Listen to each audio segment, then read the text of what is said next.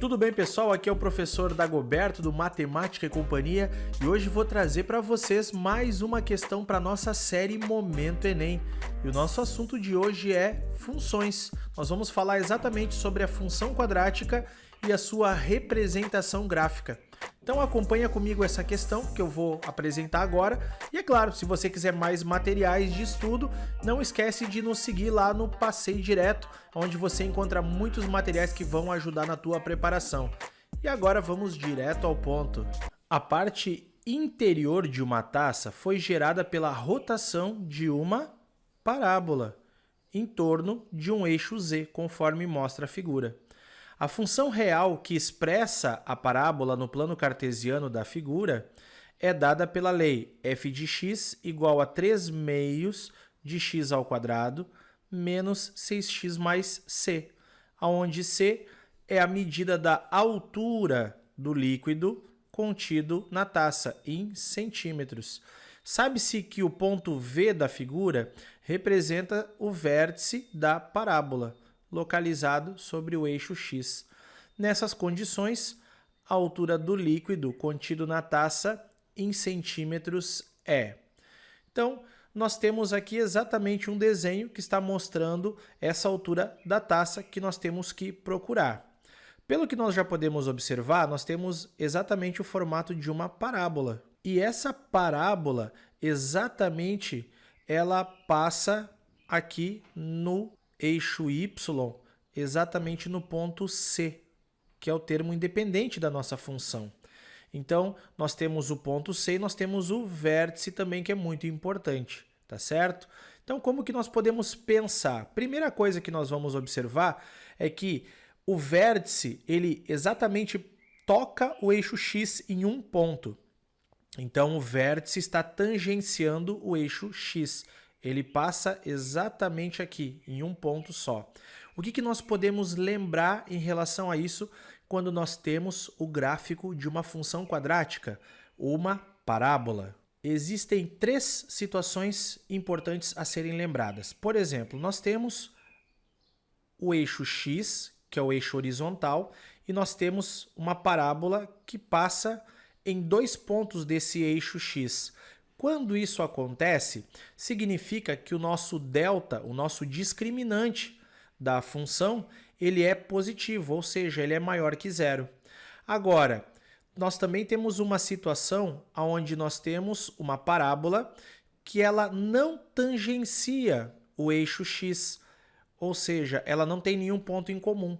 Nesse caso, o nosso delta ele é menor que zero, ele é negativo.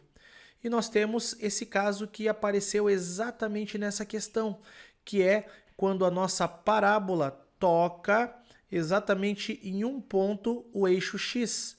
Isso significa exatamente que o nosso delta é igual a zero. Então é isso que nós temos que pensar olhando para o nosso desenho que está aqui. Nós vamos pensar que a situação que nós temos que resolver, então, ela envolve o discriminante ou delta igual a zero, porque ela está tocando o eixo X em apenas um ponto. Mas quem é esse delta mesmo? Então vamos lembrar que o delta ele é calculado através da fórmula b ao quadrado menos 4 vezes a vezes c. E aqui nós temos igual a zero. Vamos lembrar quem são os coeficientes da nossa função? O coeficiente são aqueles valores que acompanham as letras. Nós temos três coeficientes, o a, o b e o c. O coeficiente a é aquele que acompanha a letra ou a nossa variável ao quadrado. Nesse caso, ele seria 3 meios. O nosso coeficiente b é o que acompanha apenas a letra. Então, ele seria o menos 6. E o coeficiente c é aquele número que está sozinho, ou também conhecido como termo independente, que aqui vai ser o próprio c. Então, substituindo esses valores, nós teríamos o seguinte cálculo. No lugar do b ao quadrado, nós teríamos menos 6 elevado ao quadrado menos 4 vezes o valor do a, que é 3 meios, vezes o c, que é igual a zero. E aqui nós vamos resolver as operações passo a passo. 6 elevado ao quadrado, 36, menos, por causa do sinal que é negativo, 4 dividido por 2 é 2. Então, 2 vezes 3 vezes C igual a 0. E isso faz então com que nós possamos chegar numa equação 36 menos 2 vezes 3, 6C igual a 0.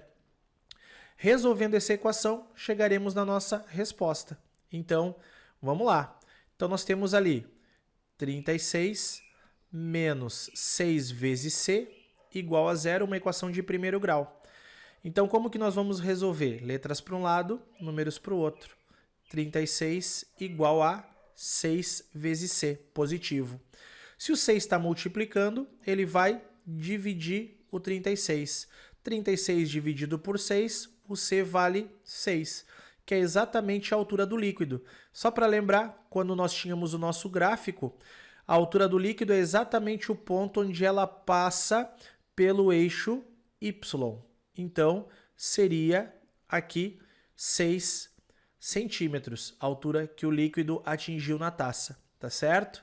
Então, olhando para as alternativas, nós encontramos a letra E, beleza? Então, fica aqui a minha dica importante para você lembrar desses detalhes básicos sobre o gráfico de uma função quadrática. Quem determina exatamente em quantos pontos o meu gráfico vai passar pelo eixo X ou não vai passar é exatamente o discriminante, o delta. Então, nós temos as três situações. Delta maior que zero ou delta positivo, ela vai passar em 2 pontos. Ela não vai passar em nenhum ponto quando o nosso delta for negativo. E quando ele for igual a zero, ela vai passar exatamente em 1 ponto. Fica a dica então, espero que esse vídeo tenha sido muito útil para você lembrar de alguns conhecimentos básicos sobre funções e como eles podem aparecer na sua prova do Enem. Lembrando também que a prova do Enem ela também gosta de abordar muitas questões relacionadas à interpretação gráfica, que foi o que aconteceu nessa questão. Além de nós termos o conhecimento gráfico, é importante também nós termos o conhecimento algébrico sobre funções. Então, fica a dica. Bom, pessoal, espero que vocês tenham gostado desse vídeo, espero que ele tenha sido muito útil para o aprendizado de vocês. E é claro, não esqueçam de nos seguir nas nossas redes sociais, Facebook, no Instagram e no Passei Direto. Um abraço e até o nosso próximo Momento Enem.